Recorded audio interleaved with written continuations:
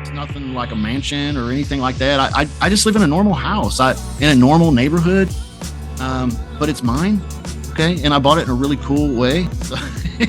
So that that makes a big difference. If you ever want to know what kind of big difference that makes, all you got to do is rent the movie The Gambler with Mark Wahlberg and John Goodman. And there at the end of the movie, there's a scene where John Goodman explains to him what it means to be an American. That's all the world knows what to do. You get a house with a 25-year roof, an indestructible Jap economy shitbox. You put the rest into the system at 3 to 5% to pay your taxes, and that's your base. Get me? That's your fortress of solitude. That puts you for the rest of your life at a level of fuck you. And he basically explains to him, he's like, hey, if you can get a house and you can pay for it and it's yours and you own it free and clear, then that's your fortress of solitude. And I can tell you that's absolutely what I find to be the case. I just want to be a normal person I'm sorry, can I say it like this? With a hell of a lot of freedom. That's what I want. Okay. And that's the life I've been able to develop. Okay. So thanks for being here. Really appreciate it. Today we got a big topic, and there is a ebook that you should have access to. There's a problem, isn't there, today? Well, they say there is. I don't know if you watch much television or YouTube, but you'll probably find a video before long watching that talks about how the American dream is dead. And that's a scary concept if you're, at least from my generation. I don't know how other generations may feel about that, but I totally feel freaked out about the idea of the American dream being dead. And just hearing that phrase is scary. But I also realize that they lie a lot too. Okay. And I have experienced using a particular strategy, which I'm going to break down for you today in detail. I have used a strategy to be able to acquire, to me, the American dream is to have your own home. Okay. That's the keystone of it. Like somebody said once in a movie, you ain't no kind of man if you don't own any land. Slap that money on the barrel head and buy back the family farm. You ain't no kind of man if you ain't got land. Well, that may be true. The American dream is to own something, to have a little slice of the pie for yourself, right? And the keystone of that is home ownership, to have a home of your own. And so there's a strategy that my wife and I have used, and that I've been practicing and tweaking and working on my entire adult life. And the reason why is because when I started out wanting to be a minister of the gospel. That's what I wanted to do. And I found, because I wasn't in the preaching business, and making a living outside of the preaching was very difficult. And so I've got lots and lots of dings on my credit during that time frame. And I did that for a number of years as a young man. And so it became a matter of survival, you might say, for me to figure out how that I can get me and my family into a nice home of our own without having good credit, because that was a problem. And I knew it was a problem. Now, part of the problem with getting a home nowadays is not just the credit. And I've heard you got to have some pretty good credit nowadays to get a good home loan. Not only that, but the problem is you got to have 2 years of tax returns to get a home loan. I didn't have 2 years of tax returns as a preacher because, preaching is like self-employment, and you want to claim as little income as possible because you want to pay as little taxes as possible, income tax as possible. And so my tax returns, they were horrible. Okay. They looked like I made nothing. And I practically was making nothing, but I was making a living. Okay. And I feel like part of the American dream is that if you are making a living, that should include you owning your own home. Okay. Yes! Now, well, what that led me to the idea of lease options, lease purchase. And I started, first of all, thinking about it in terms of using it for myself to acquire a home that I could live in with my family. The American dream really still of owning my own home. I had a baby and I needed a house. So let me show you first of all where I started. I'm going to share screens, and this is where me and my family started, where I got the idea about lease purchase. I don't know. Are you seeing the trailer? Yes. Yeah, that's a trailer. It's a trailer because if you were to pop that skirt off, you'd see it's got wheels. All right. That's where I started because that's what I could afford. And that's also what this is about what as good as I knew to do at the time. Okay, there's a lot to be said about that probably, but I started from a very meager place. This was less than 1,000 square feet. The lot rent was pretty high, and it was like living in Soviet Russia. It really was. I don't know if you've ever lived in a trailer park, but it's like living in Soviet Russia because mobile home park people, like, they hold all the cards. It's crazy, but true. So in this trailer, I started seeking a way to get up into a real house, and lease purchase is what came to mind. Now, this took me on a journey, and I'm going to break down for you the journey, the process. I'm going to give you the exact step-by-step words to say exactly how to go about doing what I'm describing here. I'm going to give that to you today, but I want to take you through a little bit of how this developed out for me. So I bought a online lead generation thing where you get, like, it's kind of like ZBuyer nowadays. It might have even been ZBuyer before ZBuyer was ZBuyer, but they generated leads online somehow, and they would send you whatever that was because you were a subscriber in that area. It was $49 a month. I'm sitting in this trailer. I bought that eBay course. I bought that lead generation thing online for $49 a month, and I got a lead, and I called it. The first lead I got was this house. This house was about 15-minute drive from that trailer, and that trailer was about 750 square feet, if I remember right, single wide. This house was 2,700 square feet, 5 bedrooms, 2.5 baths, and it had a dormer up at the top and a 2-car garage. Woo! I am in hillbilly heaven. Guess what? The guy was willing to do a lease purchase. Yep, I'll give you the exact words and everything. You can set these up for yourself. This guy was willing to do a lease purchase, 0 money down. I took over the payment, and I moved in myself. That was quite a day for me, but that only whet my appetite because I wanted more now. Because I was like, look, if I can do this for me, I can do it for other people and make bank.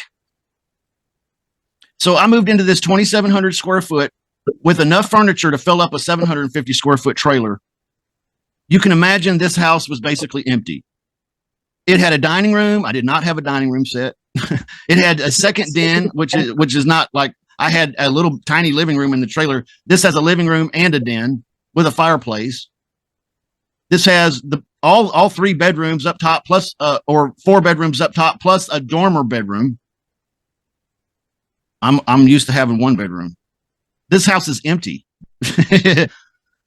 So I put the line out in the water again, and this is what I found. I had another lead come in, and this was the house. And this house, my wife did not like. Otherwise, I would have moved into it. And you can tell it's a little nicer than the last house. The payment on this house was $1,350 a month.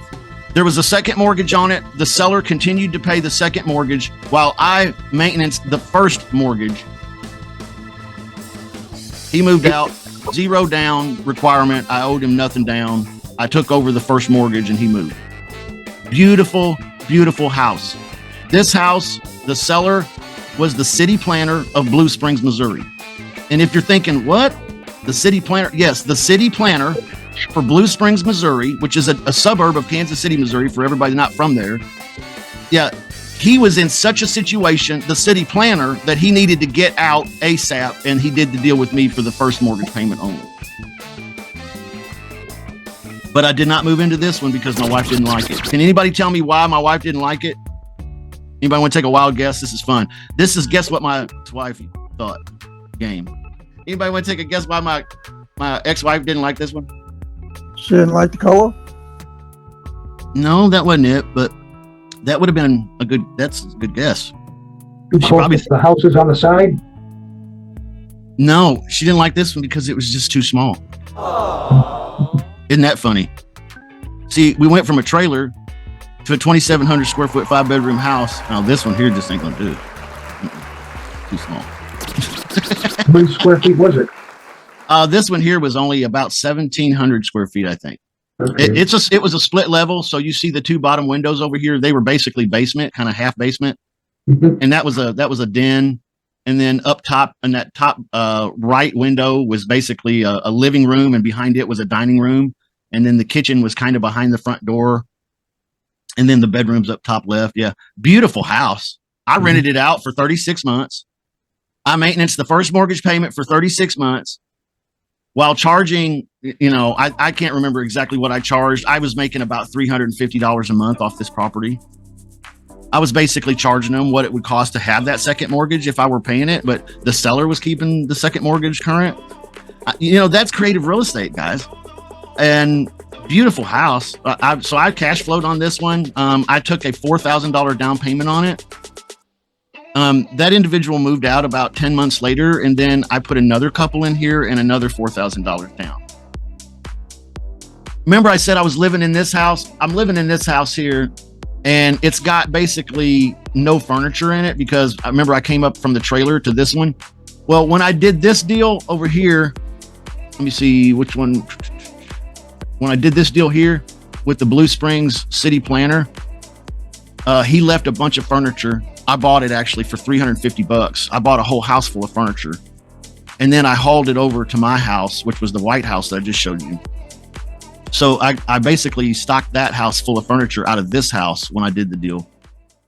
I hope that makes sense, everybody. Yeah. So, that's the power of just, I moved into one and my wife didn't want to move into that one. So about the same time I did that one, this guy came calling, and I'll tell you what I was doing to get him to call, and you can mimic me. But this house was about 10 minutes from the last house I just showed you. And this house is off Northeast Summerfield in Blue Springs, kind of off of 7 Highway out there. If you're going 70 out east of Kansas City, for those of you that are familiar. And my wife also did not like this house for the same reasons. Yeah. Also, this was too far from mother, and we didn't want to do that. So here's the facts about this house, though. Beautiful, gorgeous, immaculate house on the inside. Yeah, and it still is a beautiful house today.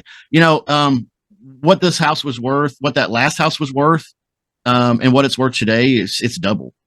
I feel kind of like, man, if I'd have collected these instead of selling them off eventually, I would have done really well.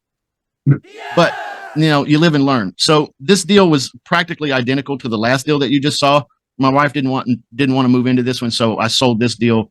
Actually, I sold it to a lady that had, I don't know, several kids, just a single mother, but she was making enough income from various sources to be able to afford it.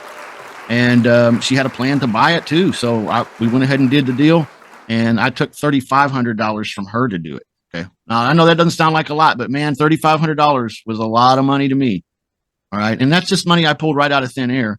If I were going to do that deal today, though, I'd probably get at least 12,500 or maybe 15,000 for this one down. But then I came across this house in Overland Park, and this was close to downtown Overland Park, Kansas. So all these are, by the way, just really close to where I live, because that's really, where I wanted to live. And so I was still kind of in the mode of looking for houses that I might move into, because I want, look, I'm having fun doing this. I'm young, moving's nothing to me, so I want to move into whatever cool houses I can. So here is a house I found in not in Blue Springs, but in Overland Park, close to downtown Overland Park, for those of you that are familiar. And this guy, he left a bit of furniture too. He left a spa also. What I mean, a spa is like a hot tub. It's seated 5 people. And you could lay down in it and stuff. All right. So as soon as that dude moved out, I picked up that spa and shipped it over to my house. Okay. So I'm living large, right? And laughing easy off these deals. It was a lot of fun. Now I didn't really know what to do with this one other than just find somebody to move into it and pay me a down payment, because that's what I've been doing on the last 2 or 3. But here it is. My wife doesn't want to move into it. I wouldn't want to move into it either. We've already janked the hot tub out of there. I got a nice desk out of there, a few other little choice items. But here I've got a friend now that I'm working with in a side business. He's a partner in a side business of mine, and his name is Arnold. And I'm like, Arnold, why don't you just pay me rent every month and move into this house? Because he needed a house for him and his family. He had been going through some stuff too. So I moved him into that house, and I didn't require a down payment from him at all. Isn't that nice? It is kind of nice. What that basically did for me is that helped me evolve from just being a get a deal and move into it. It really helped solidify the idea that not only could I do that, but I could do it for other people, and I could do it for a profit, or I could do it because I want to help someone that's close in my family. Okay. In my family. And that guy was kind of family. So I wanted to take care of family.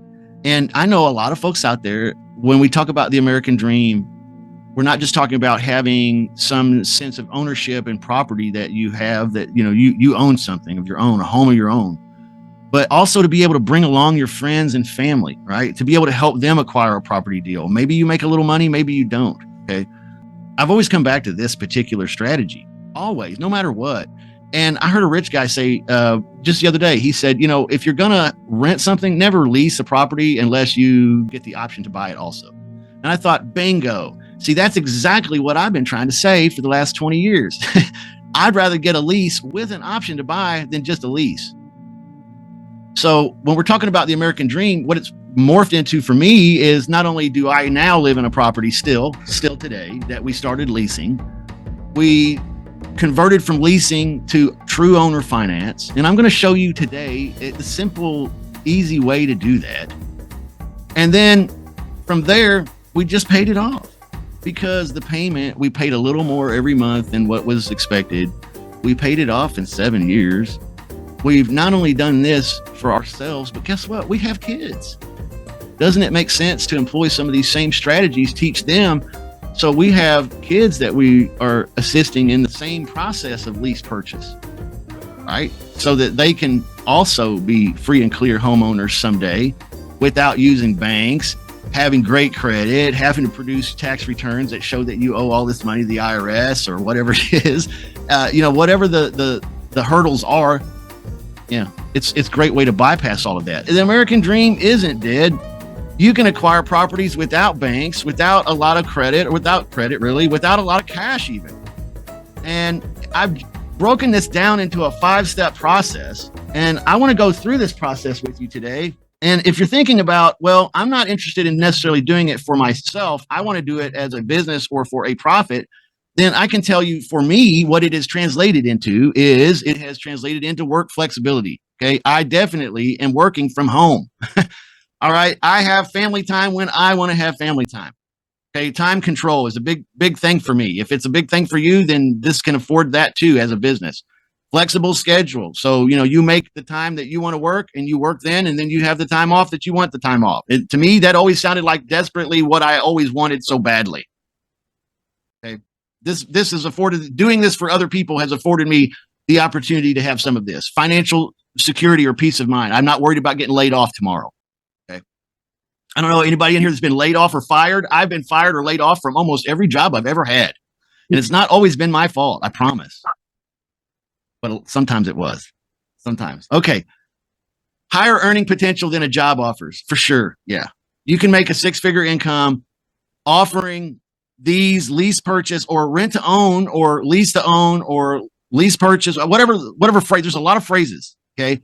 They all mean the same. If you put these deals together for other people will pay you to get in the door. That's what we call a lease purchase assignment. Okay. So we're assigning the deal and they're paying us to get in the door. They're paying to play. Okay. They're going to get the keys when they pay. All right. So if you want to do this for other people, you can do it for other people. Like I did it for my friend Arnold and I charged him nothing. Okay. You can do it for other people and you can charge them money like I was describing before. Now, here's what I found, that if I do 10 or 12 of these deals a year for other people, it affords me all of the things that I just mentioned there. Some residual income included even there as well. All right. So not only do I have the ability to work from home, but I have the ability to control my time. I also have, some job security that I didn't have working for somebody else. I also have the ability to make as much money as I want to make. And if I do 10 or 12 deals in a year, that is what it takes to have a full-time income for me. Okay. That's it. 10 or 12 deals. These are pretty house deals. And I'm going to show you step 1, 2, 3, 4, 5, how easy it is to do these. And the first one that you should do, you should consider doing it for yourself, because you will really, really understand the process of creative real estate, creative finance. All of that stuff will start becoming real to you when you become the buyer yourself. or the tenant buyer, as we call it in lease purchase. If you look on page 14, you will see there is a chart. Step 1, step 2, step 3, step 4, step 5. I want to go through this. There's before this in chapters 1 and 2, there's explanations of lease purchase and how this works and some concepts you should know if you're unfamiliar. But since this is a fill in the blank class, I want to jump right into the meat of chapter 3, where we talk about the steps 1, 2, 3, 4, 5 of actually acquiring these deals. The step 1, generate a lot of great leads. How are you going to generate a lot of great leads? First of all, you're going to be looking for sale by owners. If you're looking for somewhere to move in, you're going to be looking for sale by owners in areas that you want to live, areas that you can afford to live. Okay, let's be realistic here.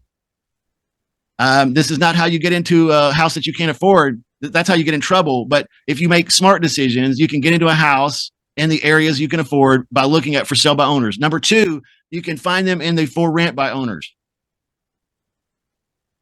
For rent by owner is very, very, very, very important right now in history. Okay. A lot of the leads that I'm working right now in my business, doing this full time today, are coming for the for rent by owner section. So for sale by owners, for rent by owners, number 3, failed listings, failed MLS listings. These are very, very important. Send them a handwritten yellow letter. If you're smart, you know how to make those copies on a Xerox or whatever copy machine, or print them out where it looks like they're all handwritten on yellow paper. Yeah, send a yellow letter handwritten that says, hey, I saw your property online for sale. It's not anymore. Just interested or just curious if you would be interested in selling it, lease purchase style. And then call me if you're interested, your name, your phone number. I promise you, if you put that in your words on a yellow letter and you send out yellow letters, which by the way, I live in a little suburb called Independence, Missouri. It's a suburb of Kansas City. And I am literally getting hundreds and hundreds and hundreds of failed listings right here in my local area. Like I could hit them with a rock. They're that close. Yeah.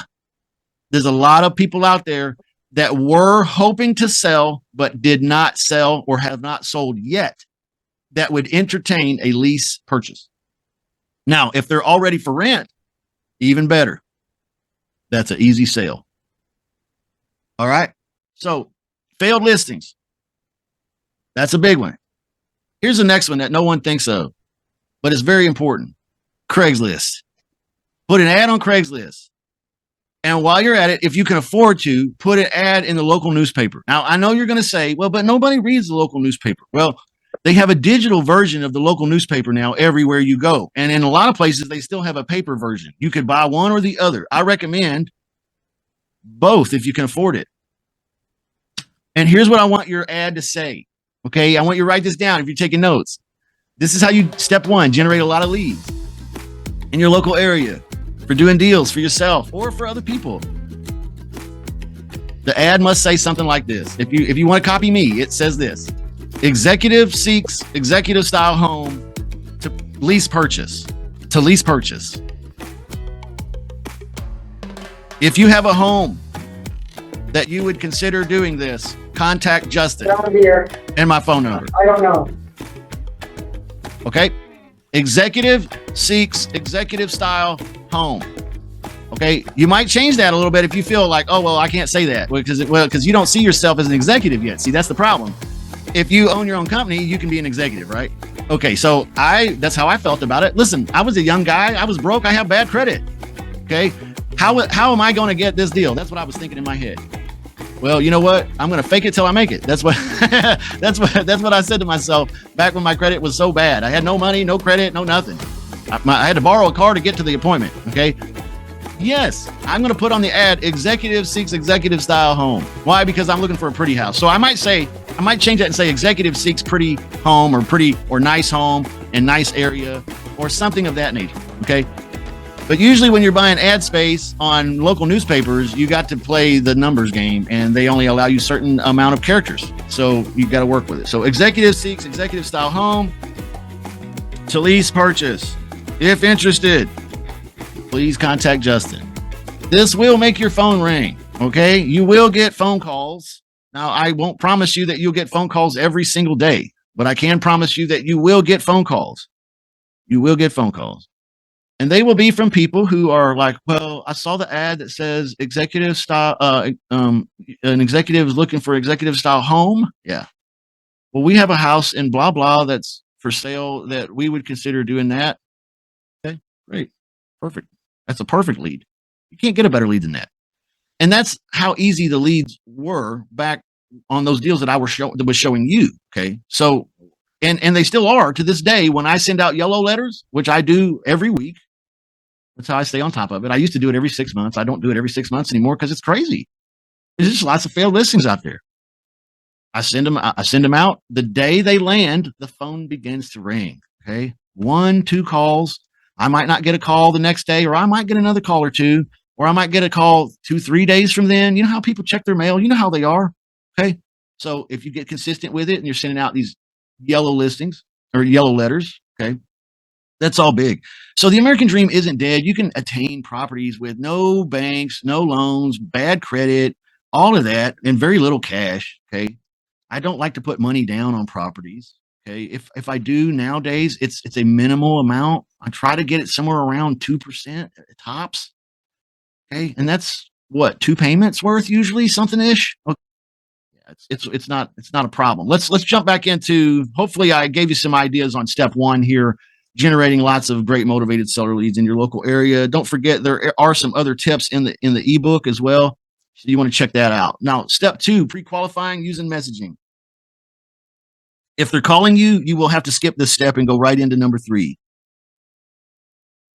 But if you are getting messaged, okay, texted or emailed or something of the like, then here's what the pre-qualification questions look like for steps 2 and 3. You can see step 2 is talking to them over messaging if you're messaging them, and then getting them to a phone call on step 3.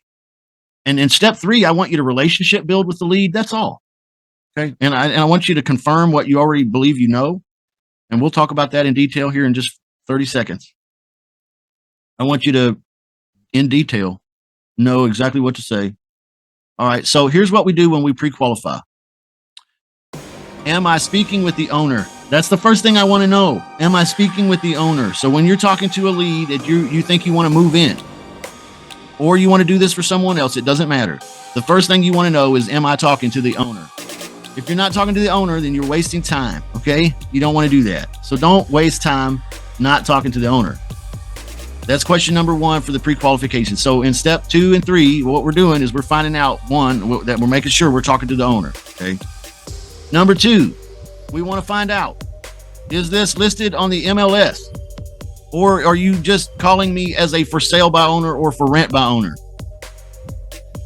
I'm curious to know if this is on the MLS because, 1, I don't want to create any issues that might be harmful for myself or for the realtor or for the seller. Okay. Now, I've done deals with realtors involved. It can be done, but there's no reason to, to try to do that. A lot of times there's just a lot of deals out there that don't have realtors. Okay. I mean, you can find properties without realtors. So if you adopt a policy of I'm not getting involved if you've already got a realtor, well, that's probably a good policy. So question number 1, am I talking to the owner? Question number 2, is it on the MLS or is it for sale for rent by owner? Question number 3, when is it available? You want to know, is it available? If a guy says, oh, it's available right now, that might be an indication of his motivation level's high. Okay. And I can tell you a lot of for rent by owners that were for sale by owners, yeah, their motivation's high. Okay, so here we go. Is it available? When is it available? Well, if he says 6 months from now, well, then you know that this is not a deal for now. Okay. All right. The next thing you want to talk about is how much money do you need?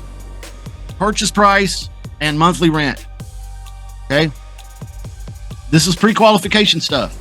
How much money, if we're to do a lease for X amount of years and we're going to purchase the property, what is the, might even, if they're calling you, you might even say, what is the loan balance? What is your must-have lowest sale price?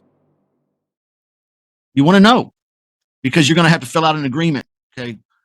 And you're going to want to know, hey, is this a property that, makes sense to do a deal with? All right. Is it okay to do over leveraged properties? Yes.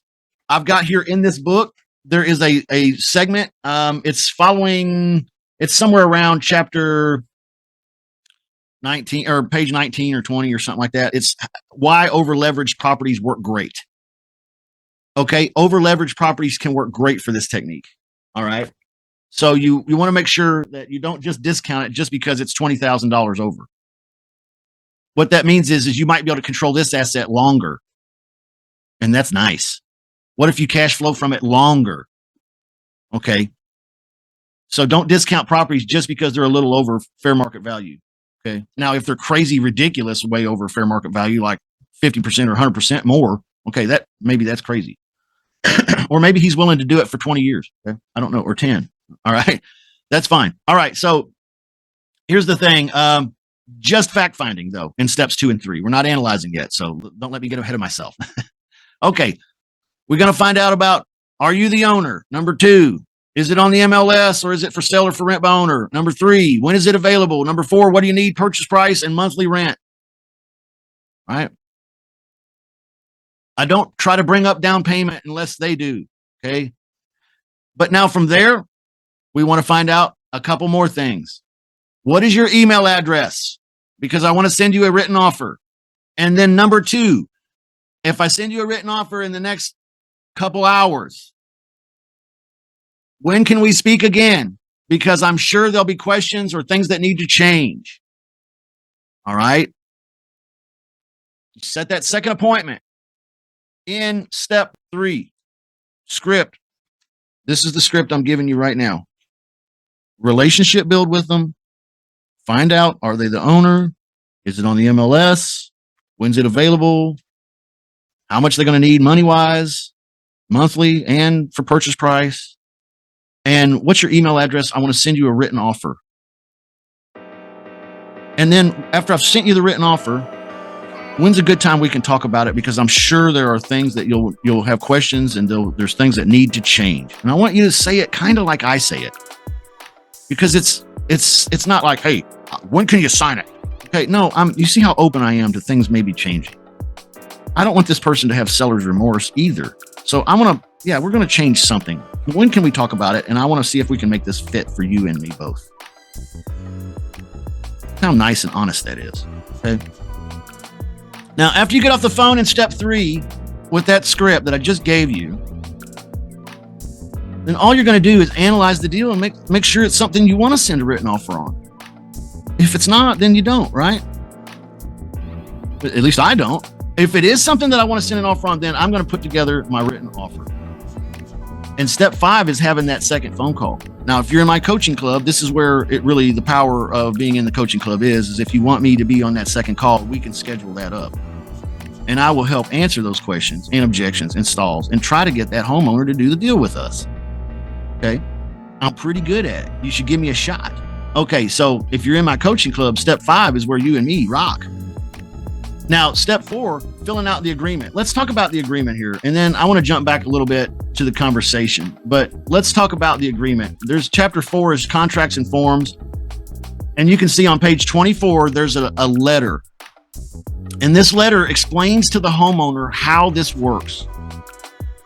Thanks for speaking with me on the phone earlier today. Based on our conversation, here's my formal real estate lease with option to purchase offer for the property address. I want to purchase the property at this price within 60 months at $285,000. Monthly rent until then, $1,850. Total cash deposits up front. I might delete this entire line right here. Okay. This lease with option to purchase offer is essentially an offer to purchase the property during a rental term. As an investor, I want to occupy the place. Ooh, wait, what's that say? This real estate lease with option to purchase offer is essentially an offer to purchase the property during a rental term. As an investor, I want to occupy the place or place a new tenant buyer in the property who will be planning to purchase the home during the lease term. Okay. And then here's the benefits why a homeowner would want to do that. A homeowner wants to do this usually because they need to move and they need payment relief. Number one, they're going to get a fair price for their property. Number two, we're going to take care of the maintenance for them. Number three, they get to stay on the deed. They're the boss. Ultimately, they're not losing power of the house. They're just basically letting us do what we need to do so that we can give them some payment relief. Number four, you continue to enjoy all the tax advantages. The homeowner gets all of those. We can talk about that if you want in detail. No fees to pay, no realtors commissions. This might help them buy another home because of the money that it creates, the income. Number seven, most of all, they're getting a high quality tenant. All right, that's you. Now, if you guys have seen my lease option agreement before, then you know what it looks like, but this is what it looks like. This is what I'm filling out and sending to the homeowner in step number 4.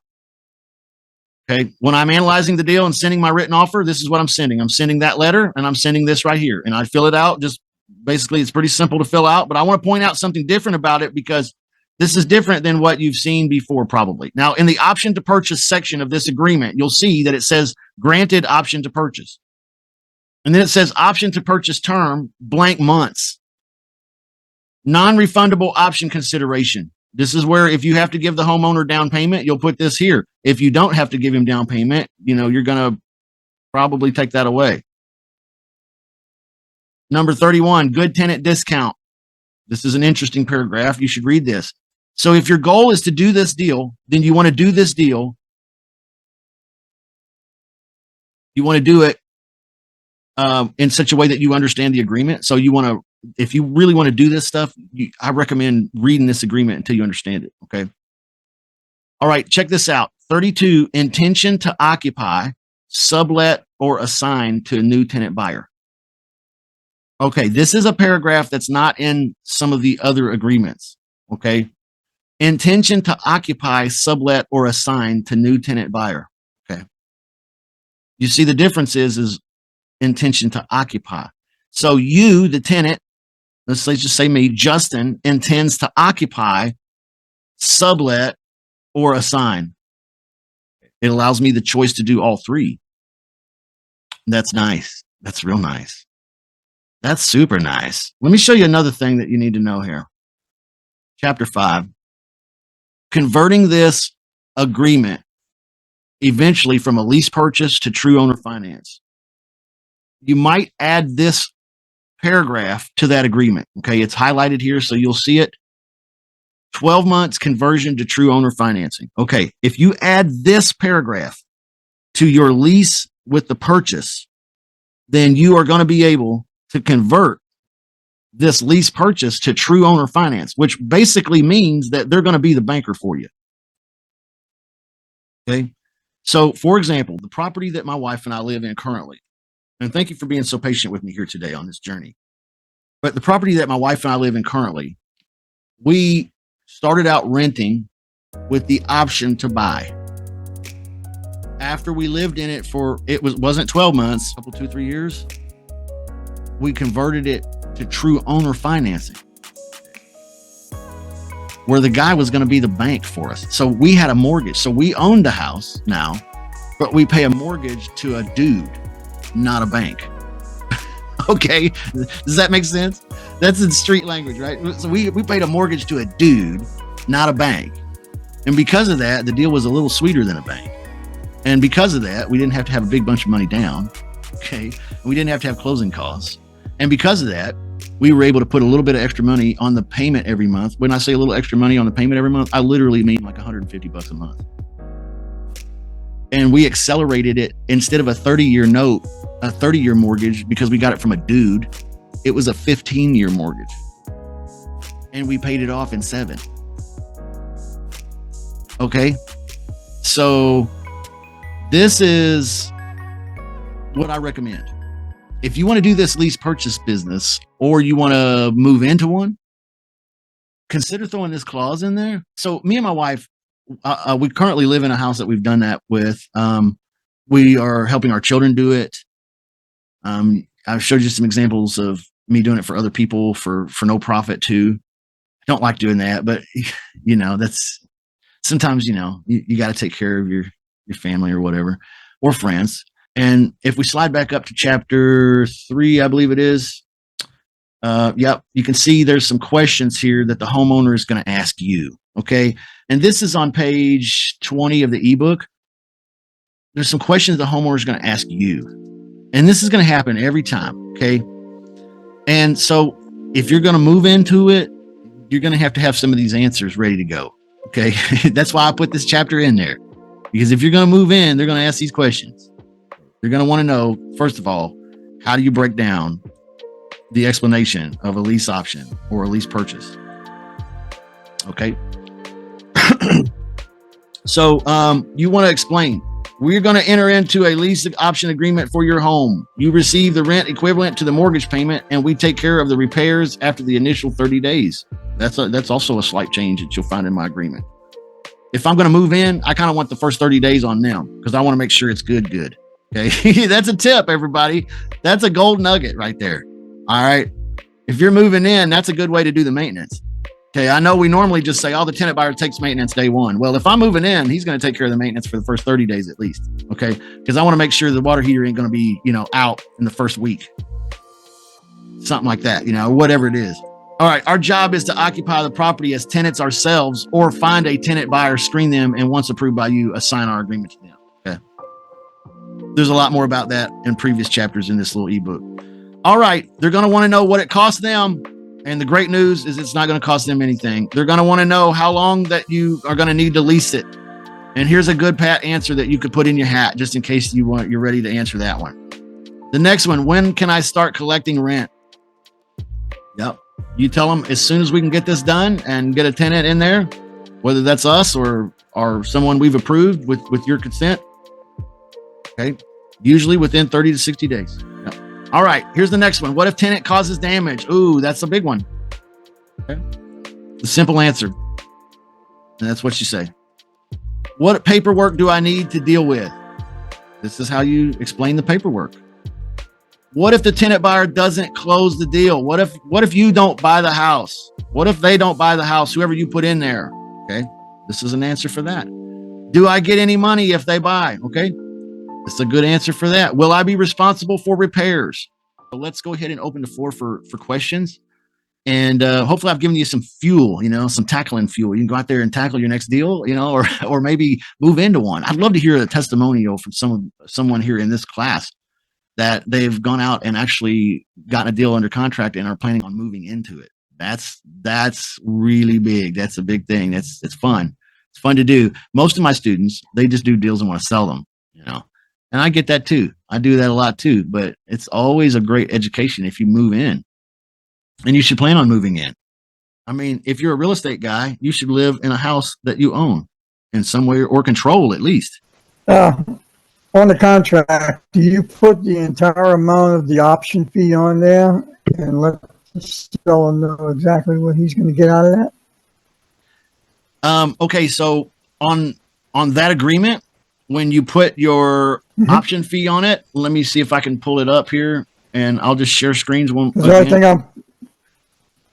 I know the agreement says that the entire option fee will be credited toward the purchase price. Correct. But I was curious if the seller have something on if he doesn't see the full option consideration and see how much he's getting, what we're going to get.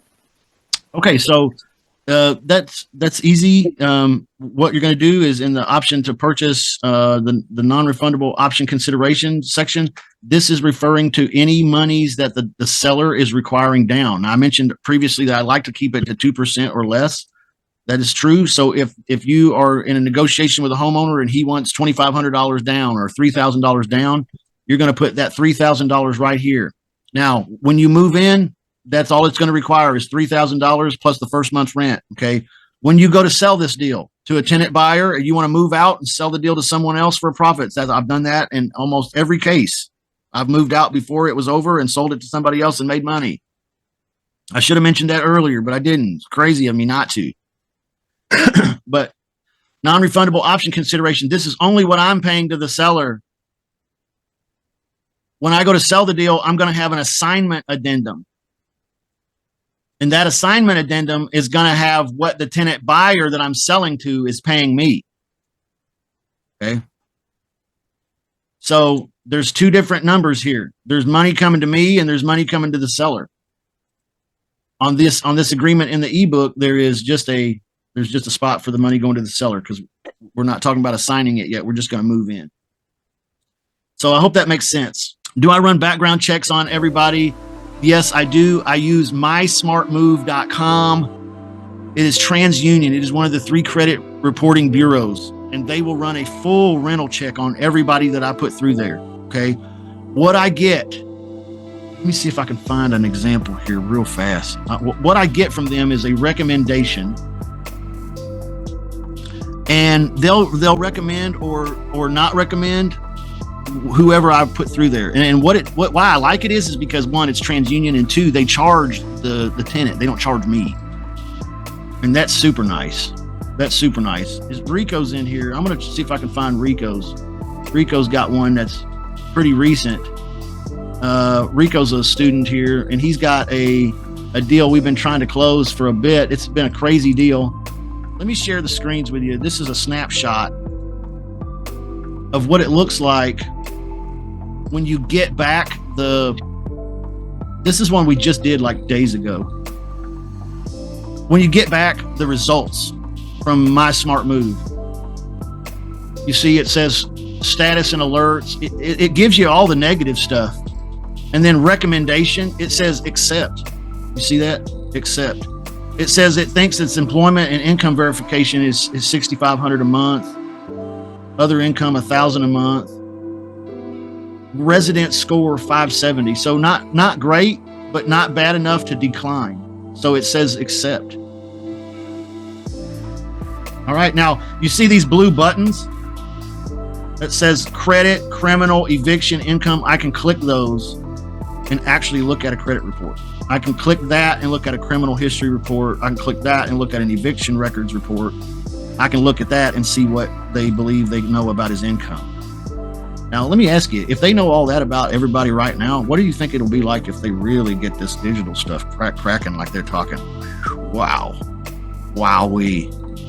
But that's what that looks like. Let's see, here's another question. I know the owner financing, but when our option period comes up and we want to buy, do we have to pay closing costs at a title company? We'll have to qualify for a mortgage, obviously. And do you recommend renter's insurance? Okay, so if you're assigning it to somebody, that's what they're going to do. Yeah, exactly what you just said. But here's the thing, guys, and I don't want you to miss this. What I'm asking you to do here is I'm asking you to include in your contract, if you're going to move in, I want you to include in your contract a phrase that says this. Okay. Upon successful completion of 12 months of on-time rental payments and the diligent maintenance of the property by the tenant, both parties agree to explore the option of converting this lease option agreement to true owner financing. This transition is contingent upon mutual agreement and satisfaction of all parties involved, and both the tenant and owner seller commit to negotiate in good faith to finalize the terms and conditions of the true owner finance arrangement. Okay. If you include that, then you might not have to go get a mortgage. You might be able to get that guy to convert that deal. I'm telling you, the house I live in right now started as a lease purchase, and I did not go to the bank and get a loan. I went and got true owner finance from the guy that sold me the house or was leasing me the house. Yeah. So yeah, you don't have to go to the bank if you play this right. And that's a big part of what I want to get across to you guys today, is have that conversion paragraph in your document so that you can convert this from lease purchase to owner finance and avoid the bank altogether. Okay, could we rent it out past 48, 60 months? And could we keep churning out tenants if needed? Yeah, exactly. Yeah, I've done deals on the same house at least 3 times. I explained before, some of those deals I've moved into, moved out, sold it to somebody, they defaulted, and then I sold it to somebody after that. Made another down payment. That's exactly right. This house here, remember I said that I contracted this house for the loan balance on the first mortgage. It had a second mortgage, and the seller was paying the second mortgage payment. He continued to pay the second mortgage payment. I paid the first mortgage payment. When I filled out the agreement with this guy, here's what I did. I went to purchase price, and because he was just walking away, down here at the options of purchase section of the agreement,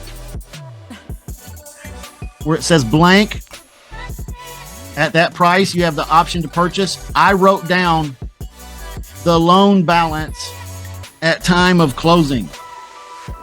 It wasn't a number. I wrote that phrase. The loan balance at closing, Bank of America, mortgage number XGV 75R14. Okay. And that right there meant every payment that I made, every payment my tenant made, reduced the mortgage, reduced what we had to pay to close it off. Now, the tail end of that deal right there had a $27,000 back end on it. I hope you guys, I know this isn't a very beginner lease option class, but it kind of is.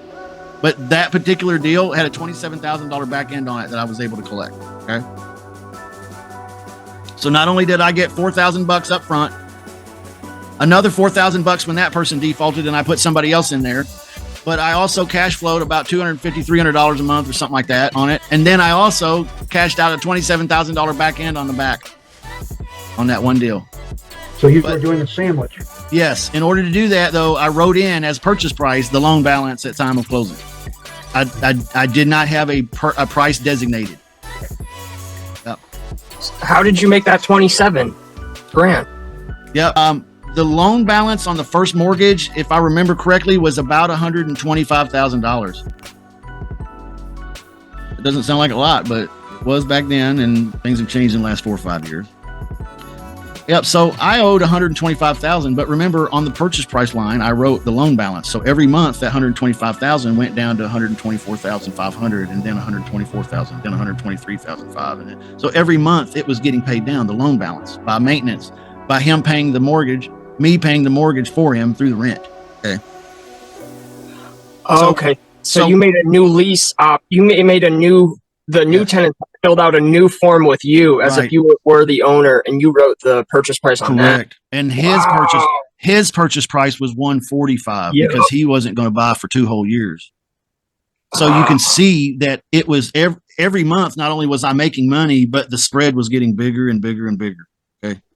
Now, when my tenant bought, that's when I stopped getting $300 a month, but I got $27,000 in my pocket. Okay. So this is a win-win-win for me. I won when I got the deal. I made $4 grand. The guy defaulted. I got another $4 grand on a new person. I made $300 a month on it for 36 months. And when that guy bought, I made 27 grand in my pocket.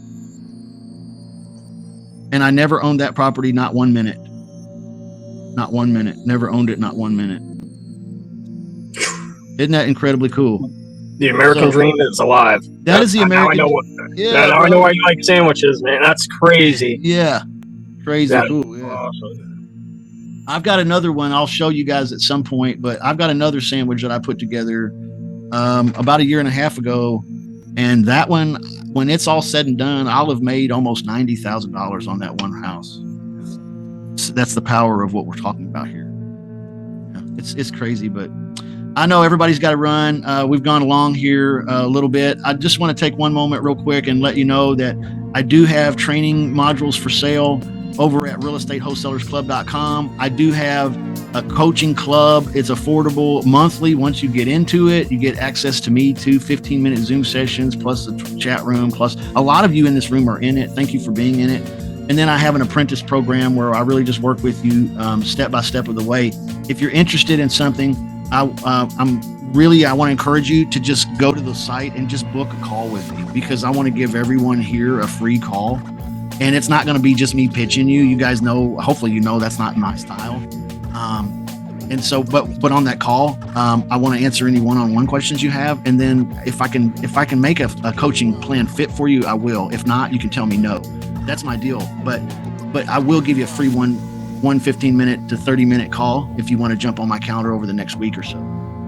Okay, so I really appreciate you being here. I know we kind of just dropped a bunch of stuff, and if you're new to this, it's like, whoa, I don't even know what he's talking about, but maybe you caught some of it.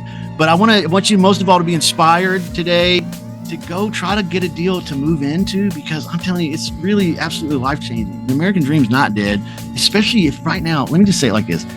You know how important affordable housing is right now? You know, everybody is talking, screaming, running, jumping up and down about affordable housing. You know what we're talking about is affordable housing. You know, you put a deal out there that looks good, like these deals, and it's a decent payment, and they don't have to go to the bank to get it. You know how badly people want and need that right now? maybe you need that too. Okay. So, all right. Love you guys. I'll talk to you guys later. Okay. Get on my calendar and let's talk one-on-one on me. This one's on me. You get one free one. Okay. I'll see you later. All right. Love you guys. Bye-bye.